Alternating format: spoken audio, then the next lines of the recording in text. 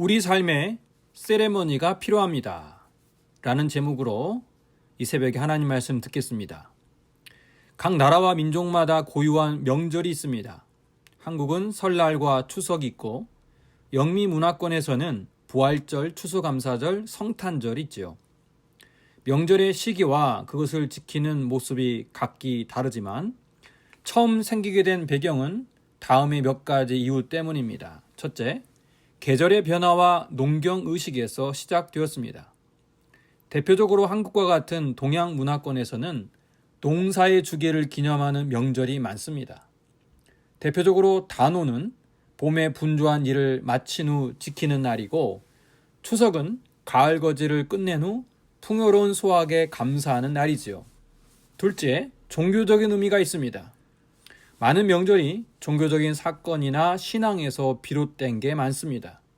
오늘 본문에 나온 나팔절과 속죄일도 그렇습니다. 셋째, 공동체적 단합과 휴식입니다. 어느 나라도 혼자 지키는 명절은 없습니다. 가족, 지역, 국가 전체가 함께 지키며 공동체적 유대감을 강화시키지요. 오늘 본문에 보면 이스라엘이 지키는 두 가지 절기가 나옵니다. 나팔절 그리고 속죄일입니다. 구약의 오경을 읽다 보면 혼란스러운 것 중에 하나가 이스라엘의 절기와 제사입니다. 그 중에서도 절기 명칭이 조금 달라서 혼란스러울 때가 많은데요. 먼저 대표적으로 이스라엘의 3대 명절을 기억할 필요가 있습니다. 유월절, 칠칠절, 초막절입니다. 이것이 헷갈리는 것은 유월절이 무교절이라고도 하고 칠칠절은 맥추절이라고도 하고 무교절 후 50일째 되는 날이라 해서 오순절이라고도 합니다. 신약에서 오순절에 성령 강림 사건이 있어서 성령 강림절이라고도 하죠. 마지막으로 초막절은 출애굽 후 40년 광야에서 장막 생활을 했다고 해서 장막절이라고도 합니다. 이 3대 절기 외에 우리가 알아야 할 게 오늘 본문에 나온 나팔절과 속죄일입니다. 함께 1절을 읽어보겠습니다. 일곱째 달이 이르러는 그 달 초하루에 성회로 모이고 아무 노동도 하지 말라. 이는 너희가 나팔을 불 날이니라. 나팔을 부는 날이라 보통 나팔절이라고 하는데 오늘날로 하면 이 나팔절은 신년입니다. 양력으로 하면 1월 1일 새해이고 음력으로 하면 설날입니다. 1월 1일이라고 하니 우리나라 계절로 겨울을 생각하기 쉬운데 이스라엘에게 신년은 기후가 건기에서 우기로 넘어가는 시기입니다. 이 나팔절이 지나면 이른 비가 내려 메말랐던 땅을 적시기 때문에 본격적으로 밭을 갈고 씨를 뿌리는 날입니다. 유월절 또는 무교절이 1월에 지키는 절기이고 나팔절은 7월을 시작하며 지키는 절기로 오늘날로 하면 상반기, 하반기 각 반년이 시작될 때마다 큰 규모의 제사를 드림으로써 하나님을 기억하고 새로운 반년을 하나님만 섬기겠다며 다짐하는 의미가 담겨 있지요. 이제 두 번째 나오는 속죄일에 대해 알아보겠습니다. 속죄일에 대한 제사 규정은 7절에서 11절에 나오는데 먼저 7절을 함께 읽겠습니다. 일곱째 달 열흘날에는 너희가 성회로 모일 것이요 너희의 심령을 괴롭게 하며 아무 일도 하지 말 것이니라. 속죄일은 날짜로 7월 10일입니다. 히브리어로 욤 키푸르라고 불리는 대속죄일로 이스라엘 백성의 모든 죄를 속죄한 날입니다. 모든 예식들 중에 가장 중요한 예식이고 가장 중요한 날입니다. 그래서 안식일 중에 안식일로 여기며 백성들은 하나님 앞에 자신의 모든 죄를 토설하며 마음을 괴롭게 하는 날이지요.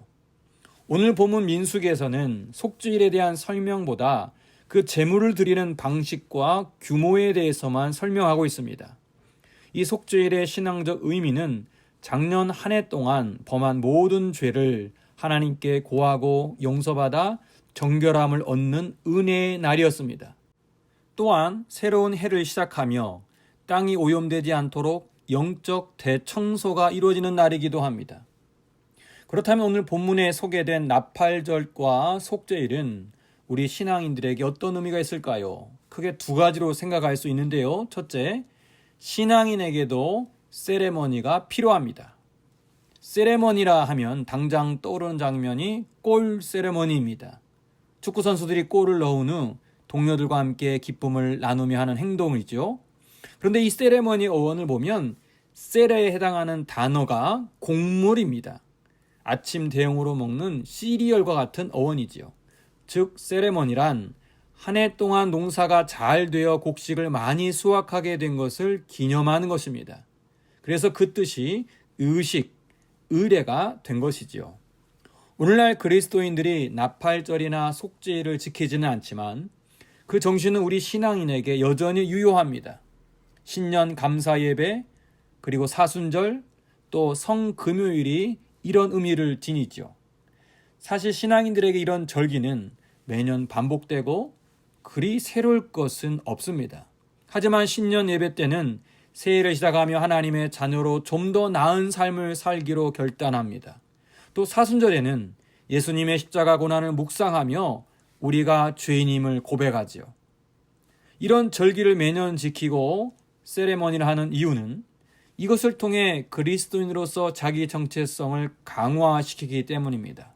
내가 누구인지, 내가 어떻게 구원받아 하나님 자녀가 되었는지, 그리스도인으로서 내가 어떻게 살아야 할지, 매년 반복되는 이 절기를 통해 우리는 하나님을 향한 감사와 기쁨과 때론 슬픔의 감정을 표현하는 것이지요. 두 번째, 공동체 의식을 통해 사회적 유대를 강화시킵니다. 앞서 말씀드렸듯 명절이나 절기 또 의식은 어느 나라나 민족이나 개인적이지 않고 집단적인 성격이 강합니다. 오늘 본문만 봐도 나팔절과 속죄일은 혼자 지킬 수 없습니다. 송아지, 순양, 순념소를 잡아 번제로 드려야 하고 곡식을 빻아드리는 소제도 드려야 합니다. 적지 않은 노동력과 물질이 필요한 일입니다. 그래서 1절과 7절에도 보면 나팔절과 속죄일을 지킬 때 공통적으로 나오는 말이 아무 일도 하지 말라입니다. 아무 노동도 하지 말라입니다. 이 절기를 지킬 때 노동하지 말라는 것은 모든 이스라엘 공동체가 하나 되어 여기에 집중하라는 말입니다. 이날만큼은 잠시 먹고 사는 문제 제쳐놓고 공동체가 연합하여 하나님께만 집중하며 예배하라는 말이지요. 오늘날 우리들은 구약의 제사나 절기를 똑같이 지키지 않습니다. 그러나 여전히 우리에게 이 절기가 지닌 세레머니의 의미는 유효합니다. 구약의 시대나 지금이나 인간은 혼자 살 수 없습니다. 더불어 살아가는 사회적인 존재입니다. 로마서 12장 15절은 복음 안에서 이렇게 말씀합니다. 즐거워하는 자들과 함께 즐거워하고 우는 자들과 함께 울라. 점점 우리 사회가 1인 가구가 늘어나고 있습니다. 개인주의화되고 있습니다. 불안과 우울증으로 고통받는 이들이 많아지고 있어요. 이럴 때일수록 우리 믿음의 사람들은 공동체 의식을 가져야 합니다. 성경이 말씀하는 절기와 의식의 본래 정신이 회복되어야 합니다. 바라기는 성경적이고 건강한 세레머니를 통해 감사와 기쁨과 슬픔을 이웃들과 나누는 하나님의 자녀 되기를 소망합니다. 기도하겠습니다. 하나님, 절기에 담겨있는 공동체 정신이 교회 가운데 먼저 회복되게 하옵소서. 그래서 기쁨과 감격을 나누고 삶의 고난과 슬픔도 나누는 믿음의 사람 되게 하옵소서. 예수님의 이름으로 기도합니다. 아멘.